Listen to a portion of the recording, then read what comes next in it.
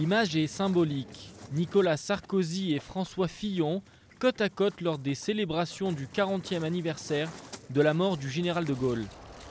Car dans la course au poste de Premier ministre, l'actuel résident de Matignon a pris l'avantage sur son concurrent direct, le ministre de l'écologie Jean-Louis Borloo. François Fillon a signifié la semaine dernière son intention de rester. Lundi, il a effectué un déplacement en banlieue pour rappeler qu'il est toujours dans l'action politique. Jean-Louis Borloo a lui souffert de quelques maladresses, notamment dans sa gestion de la crise des carburants et de sondages d'opinion peu amènes.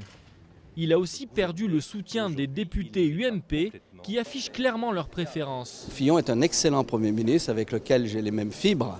Simplement, c'est le choix du président de la République, c'est pas mon choix. D'autres réclament une fin rapide du feuilleton avec pourquoi pas un gouvernement Fillon 3. Ça me convient très bien, je le soutiens depuis 3 ans.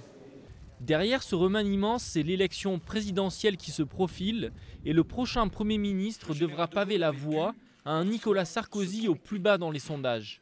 Il faut quelqu'un qui continue à être la courroie de transmission et la courroie d'entraînement de la majorité sur les réformes qui restent à conduire et qui, bien sûr, rentre dans une période qui est une période particulière, qui est celle de l'avant-campagne présidentielle. Annoncé depuis des mois, sans cesse reporté, ce remaniement risque d'être perçu comme une manœuvre politique et ne pas donner au chef de l'État le second souffle espéré à 18 mois des présidentielles. Il sera certainement utile à Nicolas Sarkozy dans la préparation de la campagne électorale de 2012. En revanche, dans le court terme aujourd'hui, effectivement, sa signification paraîtra bien éloignée des véritables préoccupations des Français. Un pari dangereux pour Nicolas Sarkozy qui assure qu'il n'agira pas sous la pression.